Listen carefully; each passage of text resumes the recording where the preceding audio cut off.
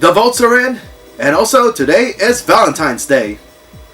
Again, I would like to express my thanks to you viewers for taking the time to check out my content in my channel, as well as helping me reach over 100 subscribers. I've never would have done it without you guys, so thank you so much, and I will continue on to make more great gaming content for you viewers to watch. Anyway, as you can tell from the title of this video, today's subject matter is Street Fighter. I'm not gonna lie folks, out of the 4 games I set out for you viewers to vote, the Street Fighter series and Persona 1 really come close, with Street Fighter narrowly won by a small margin.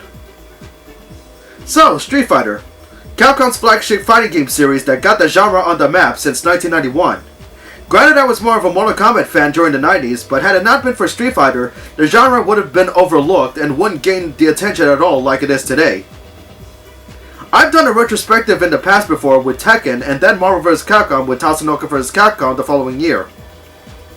And since you viewers voted for it, the Street Fighter series will get the spotlight for today's episode. So let's not waste any time. Welcome to the Street Fighter Retrospective.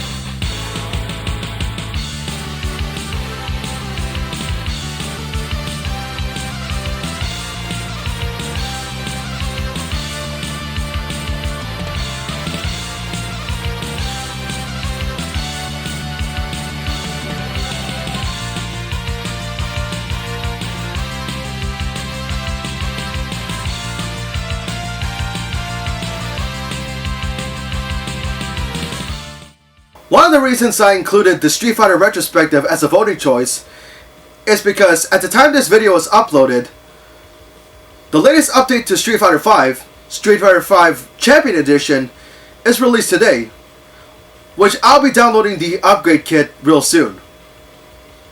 Also, today is Valentine's Day, and given that Valentine's Day is about love, well, I'm expressing my love of video games.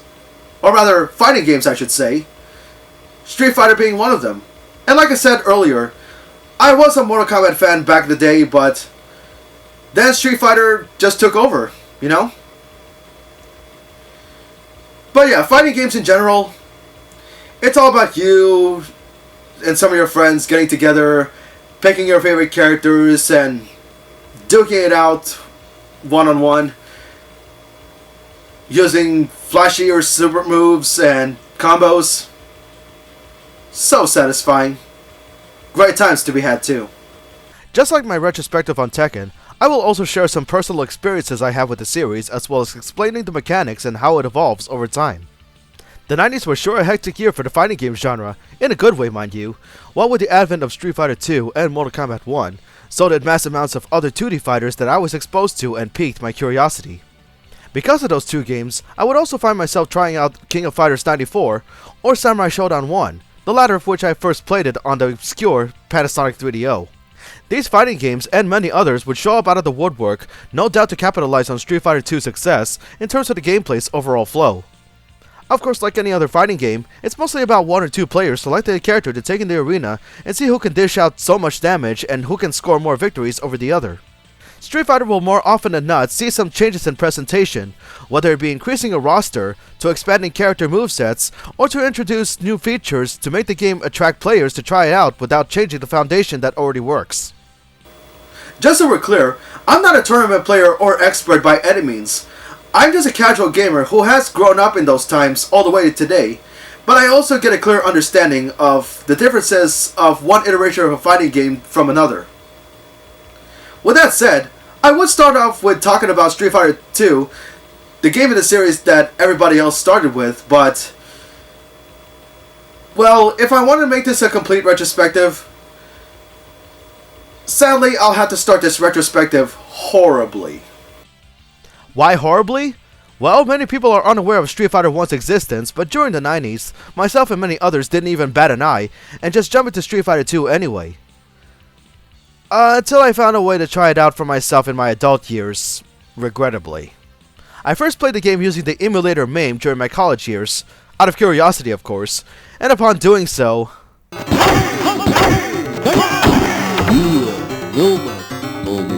Then and there, I would ask myself what was I thinking trying it out during that time. Street Fighter 1 was created in the same year as Capcom's iconic Blue Bomber in 1987. I've never seen the arcade cabinet for it, but it was designed to have two huge buttons over pressure-sensitive hydraulics, you know, machinery that car enthusiasts use on their lowriders. The strength of your punches and kicks is determined by how hard you press the buttons, but I can imagine that people will find themselves inadvertently break the machine than playing it, prompting Capcom to re-release the game with the familiar 6-button scheme of varying power. One YouTuber that I follow, some call me Johnny, reviewed the game in his retrospective using the TurboGrafx 16 CD port, which was named Fighting Street for some reason, and uses the pressure-sensitive button scheme that the original cabinet used. I'm playing the actual arcade port via the Capcom Classics Collection Volume 2 with the 6-button scheme, and unlike the TurboGrafx CD port, the continues are infinite for me, which is good, because holy freaking cow, I can't recall how many times I would get my backside handed to by this game's opponents. Ryu is your only character who actually has footwear in this game and loves to show up doing the Castlevania Belmont strut. And what's with his face in the poster? Ken Masters is also playable, but only in 2-player versus mode, and that's it. No other characters are playable. You'll find yourself jumping so much because this game is the earliest form of war of attrition in the hopes of you connecting your attacks while your opponents are making a beeline towards you. Ryu and Ken's familiar moves like Hadouken, Shoryuken, and Tatsumaki Senpu Kyaku are in this game, and they deal so much damage if you're able to successfully perform them.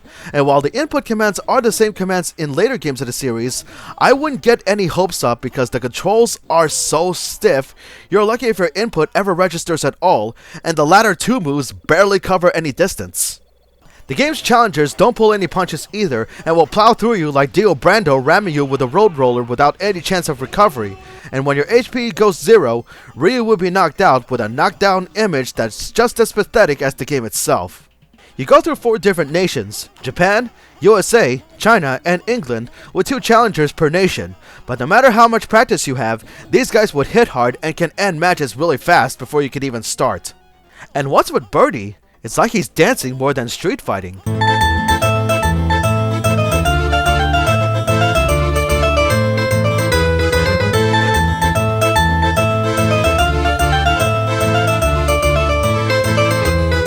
After each nation, you'll be thrown into bonus challenges, be it testing your own might long before Mortal Kombat did it, and punching or kicking wooden boards. Once all 4 nations are done, you have 1 nation left, without the H, and your first opponent is Adon, and let me tell you, this guy really loves to spam his signature Crescent Jaguar kick over and over again. There's no remorse from him, and what's this? He didn't take block damage from Ryu's Hadouken. Holy cow, that took 7 seconds and I haven't even started yet! Did you see that? Ryu's Hadouken clearly touched his shoulder. By the time I defeated Adon, I think I was already at continuing number 26, and things got worse when I started fighting against Sagat. Oh man, just 1 hit from his Tiger Knee and Tiger Shot, and I'm down in 4 seconds. My only saving grace against him was to successfully connect Hadoukens on him until I win, but again, I have to be lucky for my inputs to be registered. Oh, finally! Once you defeated Sagat, you'll get a montage of every defeated enemy, followed by a statement of you having the distinction of King of the Hill. So this whole time, you're just fighting for a higher position at Strickland Propane, Ryu might as well be Hank Hill. Overall, the graphics are okay for 1987, but the game itself is just not good. What with the stiff controls, inputs that work at random, the AI being all berserk and very glitchy as if characters all have teleportation. Though it does introduce us to both Ryu and Ken, as well as future playable characters like Adon, Birdie, Gen, Eagle, and Sagat. And the game as a whole is only for when you and a couple of friends wanted a good lol for how terrible the game is. As well as the awful voice clip. Look then, but don't forget there are many gods like you all over the world. Yeah, I think the angry video game nerd said it best. So let's jump into Street Fighter 2. And another thing, unlike my past reviews, even though I'm a story-oriented gamer, regardless of genre, I will not dive into the Street Fighter mythos too much, if only because that's gonna make the video last longer. So I'll instead tell you where the game is placed within the timeline. And I think it's obvious that Street Fighter 2 is the direct sequel to 1. Starting with the original Street Fighter 2, you have a roster of 8 characters, beginning with the returning Ryu and Ken Masters, and joining them would be the Interpol detective Chun-Li, the Air Force Captain Guile, the sumo wrestling star Edmund Honda, Russia's Red Cyclone Zangief, which you should avoid getting caught by his moves as they do hurt, the electrifying man-beast Blanca, and the flame-throwing Yogi Dalsim. This was a diverse cast for 1991, with each character showing off techniques that are really fun to execute on your opponents, and they have very interesting stages to fight on. Whether it's outside of a Chinese market district, a Japanese castle rooftop, or a bathhouse just to name a few. And unlike Street Fighter 1, the developers would make special moves easier to pull off, though in some cases like Guile, you'll be charging out directional input, and you have to make a rotational input at close range with Zangief for his powerful slams. Like Street Fighter 1, you also have some bonus games to play in between, whether it be destroying a car with your bare hands, taking out wine barrels, or smashing flammable oil drums.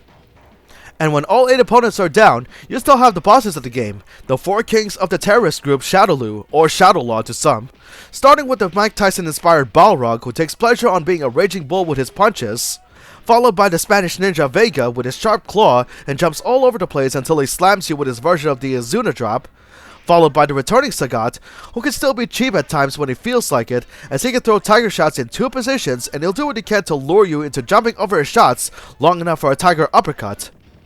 Finally, you reach the leader, Bison, who is really fast and can charge at you with his Psycho Crusher, but once you defeat him, you'll get the ending for the character you're playing. While the game is what set the standards for many other companies would emulate in their own way, those that have played this iteration of Street Fighter 2 would give criticism for how much more the game could be than what was given, i.e. more characters and better speed in the game. And of course Capcom would start a routine that they are known for, and that was updating an existing game with extra features. It's commonplace, yes, but this kind of practice is what DLC updates were in the 90s, and Street Fighter 2 would see 6 more iterations. It would start with Street Fighter 2 Champion Edition, where Shadowloo's 4 Kings are playable, and mirror matches with the same character are possible. Then there's Hyper Fighting, aka Street Fighter 2 Turbo, where all 12 characters would have extra moves and the speed is drastically increased, making you input commands faster than before. Then you have Super Street Fighter 2, where the speed is slightly reduced for better control, and 4 more World Warriors join the roster, starting with the British agent Cammy, the Bruce Lee inspired Fei Long, the proud tribesman Thunderhawk, or T-Hawk for short, and the jammin' kickboxer DJ, and all the past stages have updated looks. After that, Super Street Fighter 2 Turbo, or 2X in Japan was made, giving you the option to choose your gameplay speed. All 16 World Warriors are accounted for, with even extended movesets. Each character can perform damaging super moves, and adds in one of the deadliest and frankly one of my favorite characters in the franchise, Akuma, real name Goki, who practiced the assassin art long before Ryu and Ken, can throw air Gohados, and has one of my favorite super moves in any fighting game, the Shun Gokusatsu. A simple grab, obstructed view, followed by a barrage of attacks. It's just amazing. Super Street Fighter 2 Turbo is what got me into playing Street Fighter more, and to be honest, I didn't first play this game in the arcades. Oh no, believe it or not, I first played Super Street Fighter 2 Turbo in the ill-fated Panasonic 3DO, a console which was very expensive at around $700 to $800, even more so than the first version of PS3s at the time. It had potential, but they failed to capitalize on it. Still, the 3DO version was, for its time, the best port of Super Street Fighter II Turbo, especially for the arranged soundtrack. Until a Japan-only Sega Dreamcast version called Super Street Fighter 2X for Magic Service was released, with online play and Akuma being a tournament-friendly character. Then in 2003, Hyper Street Fighter 2 hit the arcades, with the PS2 and Xbox versions coming out the following year, commemorating the series' 15th anniversary. It's basically Super Street Fighter 2 Turbo, but with the option of selecting a version of Street Fighter 2 characters, which will limit the selectable characters to the roster of the selected game. As an example, Super T is Super Street Fighter 2 Turbo, where all 17 World Warriors are playable and can perform super moves, while other versions lock down certain characters but have some certain advantages. Not a bad iteration if you and a friend would like to fight it out while mixing and matching different Street Fighter 2 styles for fun, and the arranged soundtrack from the 3DO version is present, which is a plus for me. Then in 2008, a remake of Super Street Fighter 2 Turbo would hit the PS3 and Xbox 360 called Super Street Fighter 2 Turbo HD Remix, and HD Remix is right. The core gameplay remains the same, albeit using the source code from the Dreamcast version, allowing online matches, which I couldn't get enough of when people were still playing the game online. The changes are very noticeable, from multiple character tweaks to the backgrounds and characters completely redrawn thanks to Uran Entertainment, which I'm a fan of their work and I love their comics, and the animation of the World Warriors flow beautifully. And let's not forget the remix soundtrack done by members of Overclock Remix, which some people give it some flack, but personally, I enjoyed all the tracks in the game as I've listened to songs in the website years past. The way I see it, I think this is the definitive way of playing Street Fighter 2, and it should be cheap to download. There's also the final iteration called Ultra Street Fighter 2 for the Switch, which I'm not covering as I don't have the game, and all they did was add other forms of Ryu and Ken into the roster. With Street Fighter 2 so popular, other forms of entertainment media will no doubt jump at the chance to make the fanbase grow. In this case, December of 1994, I actually went out of my way to watch the live-action Street Fighter movie, starring the Belgian actor and martial artist Jean-Claude Van Damme as Guile, Gomez Adams himself, the late Raul Julia as Bison, Agent of S.H.I.E.L.'s Ming-Na as Chun-Li, and Australian singer and actress Kylie Minogue as Cammy, just to name a few. Looking back at it now, I will say that the movie is really bad, but it's one of those so bad it's good type of movies, where you would find yourself laughing at how movie studios stray away from the source material and give so many inaccuracies. But for my grade school self, it never crossed my mind, as I enjoyed it back in the day, for the humor and the earliest form of internet memes that you could find in that movie. But then in June of 1995, a video game adaptation is made in the arcades, and I actually regret playing the game during my grade school years. I'm showing footage of the game using MAME, and hey, if GameSack can do it, I figured I would share my experience of it as well, as the arcade version can't be found anywhere else. I will say that the only thing I'm impressed with the arcade version is the well-designed digital sprites and how they are animated, no doubt trying to cash in on Mortal Kombat's success with this practice. But that's where the positive ends. While you can perform moves and super moves like you would in past games, the arcade game has greater emphasis on air juggling, which will be common in later games, but the juggling system is too broken for this game, and the controls aren't too busted, but still feels like they are nonetheless. There are 14 characters to play, but no T-Hawk, DJ, or Blanca, despite them being in the movie. No Dalsim, as he's a scientist in the movie, and no Fei Long at all. Instead, you have this movie character, Sawada, a generic Bison stooge named Blade, and for some reason, Akuma is in the game, who's just there for no reason, and he looks so goofy. Presentation-wise, I will admit that while stupid as this game is, I did get some laughs on how the characters are performing their moves. Granted, Guile did perform the somersault in the movie against Bison, but seeing other characters like Ryu performing his moves is just hilarious to see. And some moves exclusive to the game are just laughable, like Sawada deflecting projectiles with his sword, Bison using electric shock, which he did so in the movie, Cammy bringing a choke whip in a fight, or Sagat trying to be Sindel by growling at his opponent to stun him. Oh, and the sound presentation is garbage too. Not going into full detail because I've seen enough, heard enough, and more importantly, I've played enough. But then in August 1995, a console version is released and it's slightly different from the arcade. It still uses digitized sprites but looks somewhat grainy from the arcade sprites.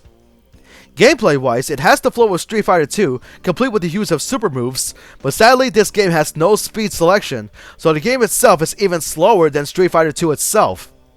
Not a bad attempt, but it would have been better if the game lets you increase the speed, and it's still possible to perform super moves on a whim, even if the sight of characters performing them still looks ridiculous, like Sawada just doing a stupid slide move like an idiot. What I didn't know is that there would be a cartoon based on Street Fighter, though loosely based on the live-action movie, with Guile once again as the protagonist. I didn't actually watch the show that much, but the only things I remember is Bison saying yes long before Daniel Bryan's yes movement, Ken being such a jerk, and the episode called Final Fight, named after Capcom's beat-em-up of the same name, complete with all three heroes from the game teaming up with Ryu and Ken, and... yeah, I don't get that. I've heard of battle cries, but that growl sounds more like he's choking on a hairball. Yeah, this episode is unlockable within the Final Fight Double Impact bundle. Street Fighter would see more forms of media, in this case, Street Fighter 2 the animated movie, which is obviously better than the live-action movie, or that other live-action movie which I will not discuss.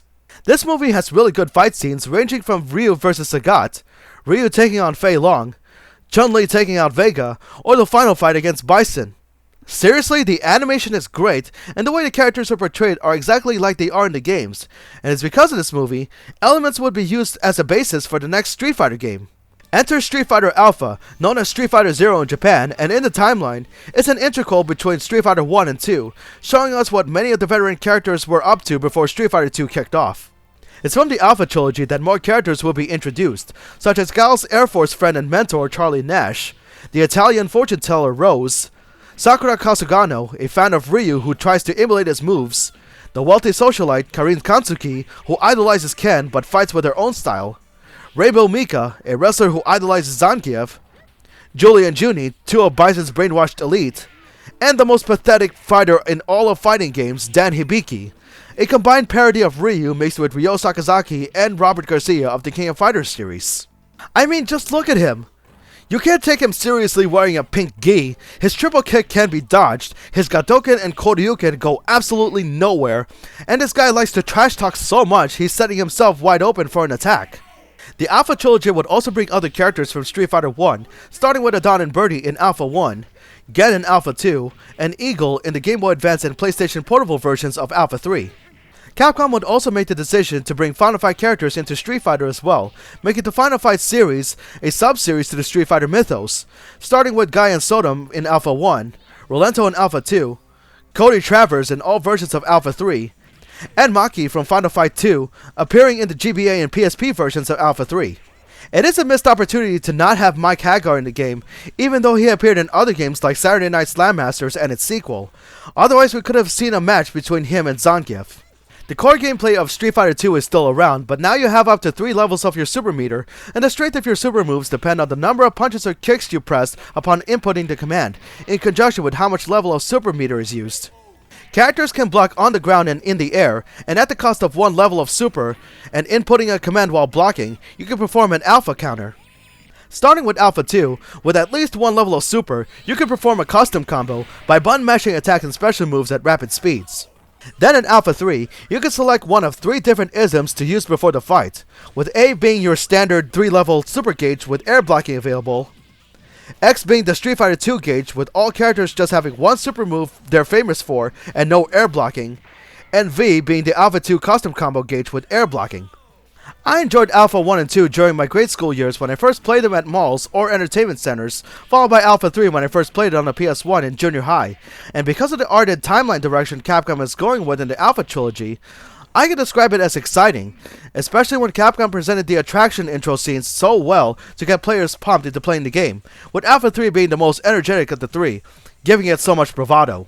Not to mention, Alpha 3 is the one you'll get the most out of, especially in its World Tour mode, where you pick a character of your choice and take out one opponent at a time with different stipulations, with RPG elements of raising your stats and customizing your character to be stronger, and you can be as broken as you want to be against those that give you a hard time in other modes, especially against Bison with his screen-filling Psycho Crusher. I'll admit that I didn't play Alpha 3 until late 1998 in the PS1 while in junior high, because I didn't know the Alpha series would still be continuing after Alpha 2, and I was also playing another Street Fighter game prior that not many people played or remembered, which is Street Fighter EX plus Alpha, the series' first venture into 3D graphics in 1996. I've mentioned this place in Asia before in my Marvel vs. Capcom video called Funtime Pizza, and it was from there that not only did I discover Street Fighter EX, but with enough tokens, I was eager to try it out, and for the time, it is enjoyable, despite the overall flow being different from the 2D games. You could say some characters are a little floaty, and that's even noticeable with Dhalsim. Like the Alpha trilogy, EX also has 3 games, EX 1 and 2 on the PS1 and arcade, and EX 3 on the PS2 as a launch title in 2000. Even though the game is developed by Arika, some of Street Fighter's mainstays are still playable, though the series have more original characters that are exclusive to this trilogy, whether it be the Spike Demon Garuda, the deranged Psycho Doctrine Dark, the graceful fighter Blair, or the superhero Skullomania, just to name a few. There are some mechanics that don't suit well with most players, like that of Ryu Ken and Akuma's Tatsumaki Senpu Kyaku, as you have to input the command a number of times, and there will be times that you're just performing a simple move or combo, only to find yourself canceling to a super move that you didn't mean to use yet. I don't find the Excel feature in EX2 to be a good addition, as it's just Alpha 2's custom combo system that wears off really fast. As for EX3, it doesn't feel too engaging. While I find the tag system to be interesting, Marvel vs. Capcom, it is not. However, by pairing up certain characters, you can perform a meteor attack combo, which is nice, but not all characters have team-up attacks, and you have to be at maximum engage and control that specific character first to execute it. It's also on the EX trilogy that I would find myself playing Expert Mode within Practice Mode, a series of different special move and combo tutorials, and these combos can be tricky, as you have about a few frames to pull off the moves before the dummy blocks your attacks. This mode would appear again in EX3 in the form of Character Edit, where you perform these tutorials to gain experience points to buy moves to customize this character named Ace, who is not too appealing in hindsight. As far as graphics go, the only thing 3D will be the character models, while the gameplay still plays in 2D and the backgrounds are all just pre-rendered. The design of the character models in EX1 and 2 look similar to that of Virtua Fighter, while in EX3 they are more defined. As for sound presentation, I prefer EX1's soundtrack than the other two.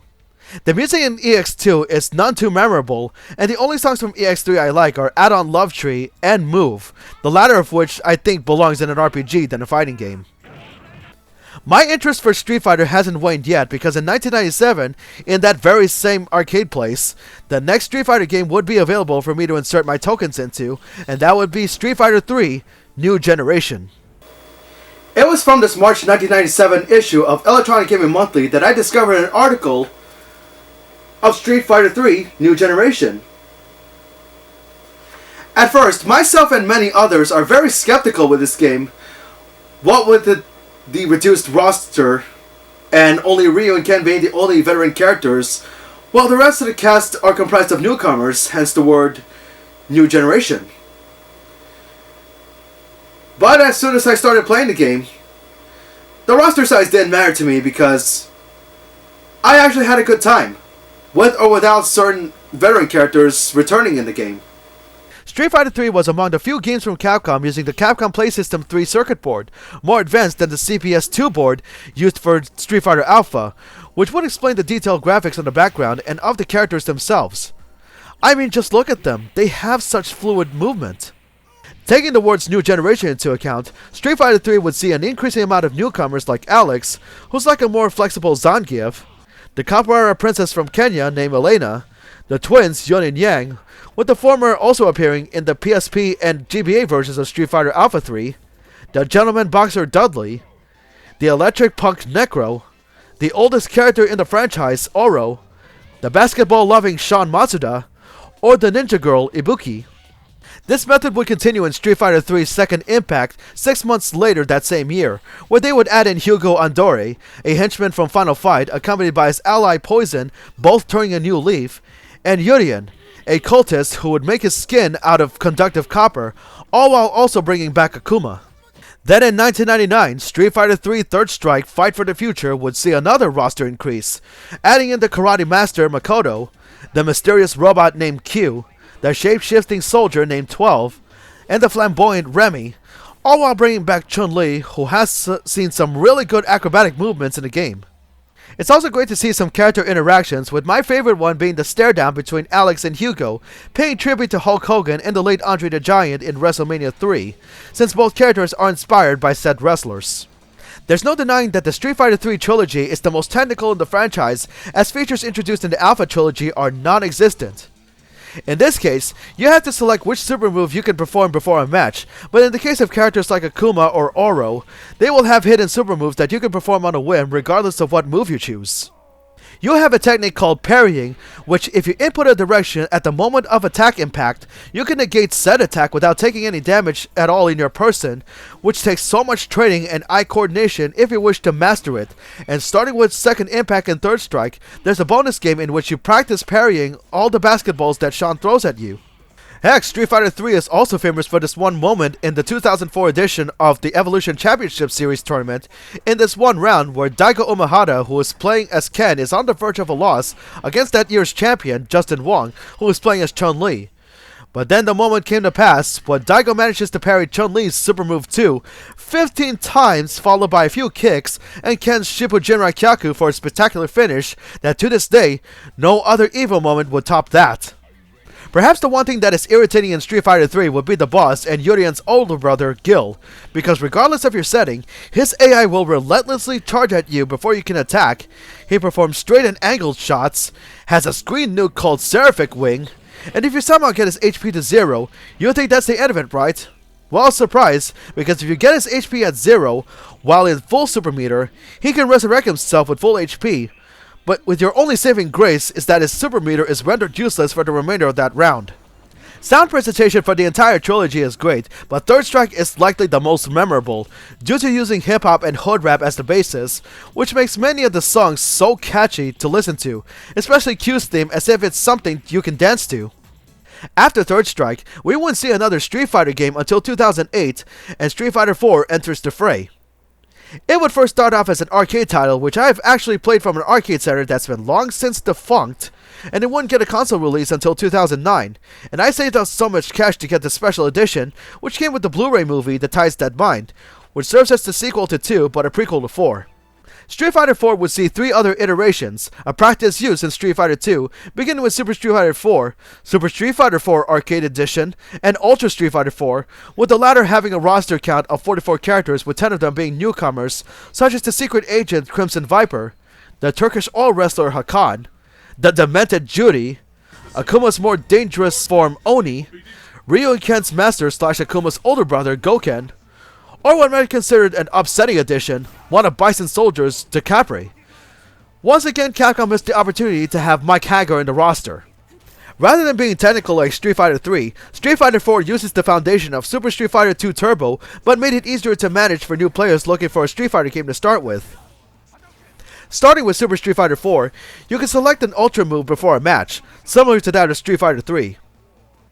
Next to your super gauge is your Revenge meter, which fills up when you take damage or absorb some blows with your focus attack, your means of counterattack. You can execute your Ultra move if your Revenge meter fills at least halfway, but the damage output is greater if you execute the move at 100%. My most satisfying experience with Street Fighter 4 is when I'm playing the game online with other players, and many of the game's characters are not only fun to experiment with, but many of the veteran characters have more responsiveness to them, which is why Street Fighter 4 was the only title in the series that I would find myself using Zangief as my main character, as his moves are easier to pull off than in past games, where I would often use Ken or Akuma. Since this is made in the 7th generation of gaming, Street Fighter 4 has really good presentation, starting with how good the character models are, making their physique look right, and I love the use of Japanese calligraphy whenever someone performs a special move, giving it so much fluidity, in conjunction with multiple camera angles to give a more intense perspective. Starting with Street Fighter 4, each character now has a story to tell, using anime cutscenes, and rival scenes with characters throwing some trash talk before the bell rings, which is a nice touch given the generation of gaming. As for sound, the generic stage music is alright, but I gravitate more on the character-specific theme songs, some but not all of them, with Cody's theme being one of my favorites, and I'll admit I like the original Street Fighter 4's theme song Indestructible by Exile featuring Florida, as I do find it catchy. And then February 2016, we then get Street Fighter V, set after Street Fighter 4 but before Street Fighter 3. I was excited at first, until it came out.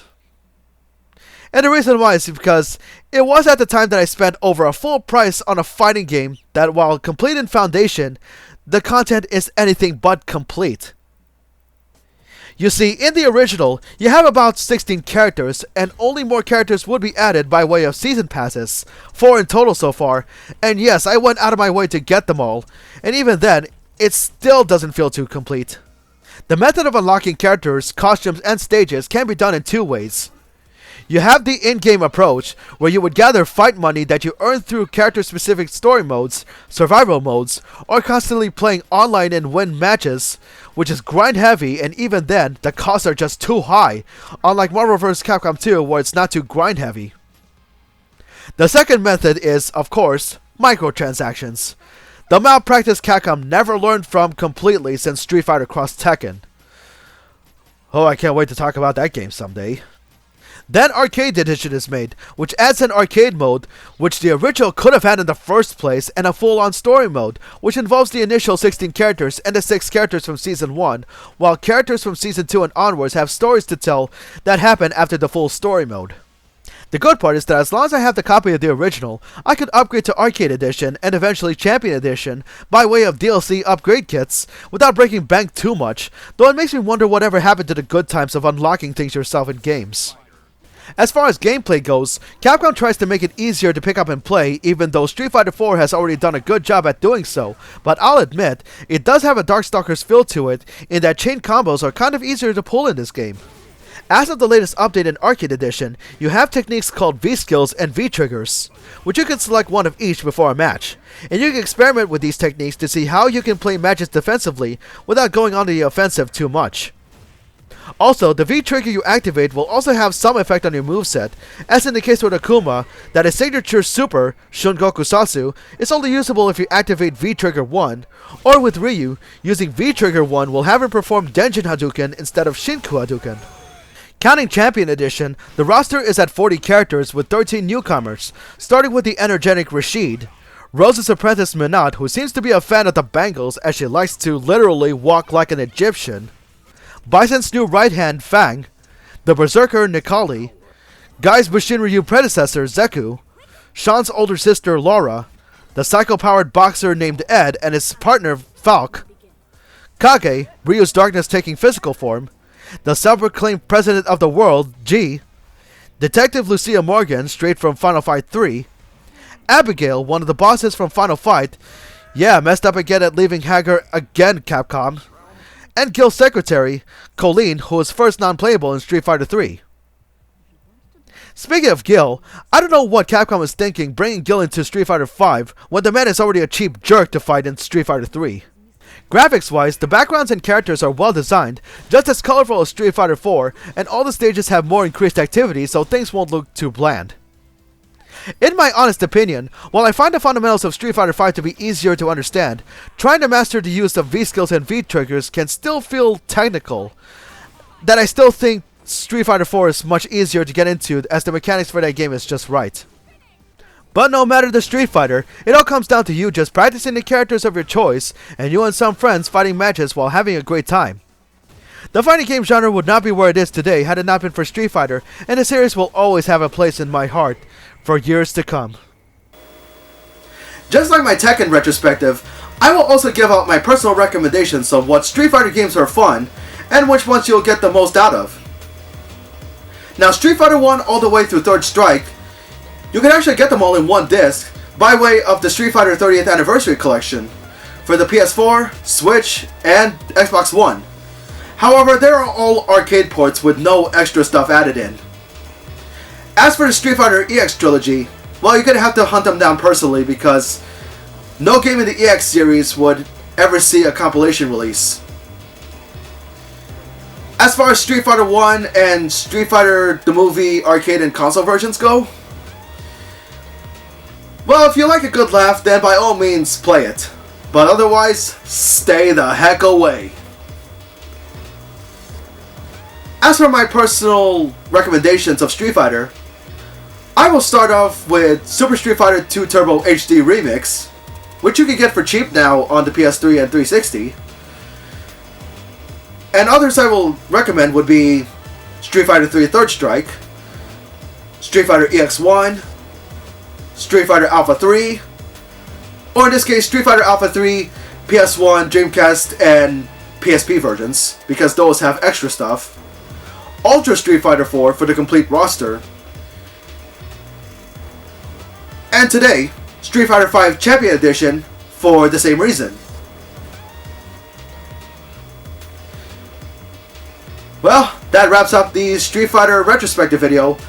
I hope you viewers like this video, and once again, I would like to express my thanks to you viewers, not only for voting on this video to be reviewed, but also, again, thank you for helping me reach over 100 subscribers. Again, I would never have done it without your help, as well as taking the chance to watch my videos. Again, I promise I will make much better content in the near future. So, what other game will I venture forward to next? Well, as I mentioned on the top of the show, I did say that both Street Fighter Retrospective and Persona 1 came so close in the votes. So I'm thinking that for my next video, I'll definitely give that game a chance on the spotlight. So up next in the Chronicles, we're going to be looking at the very first Persona. And I'll be looking at both the PS1 and this version that I have here on the PSP, which is more complete than the American PS1 version. So yeah, stay tuned for this video, folks. Until then, this has been Musashi X, and I bid you all farewell. Take care, stay tuned, and happy Valentine's Day, everybody!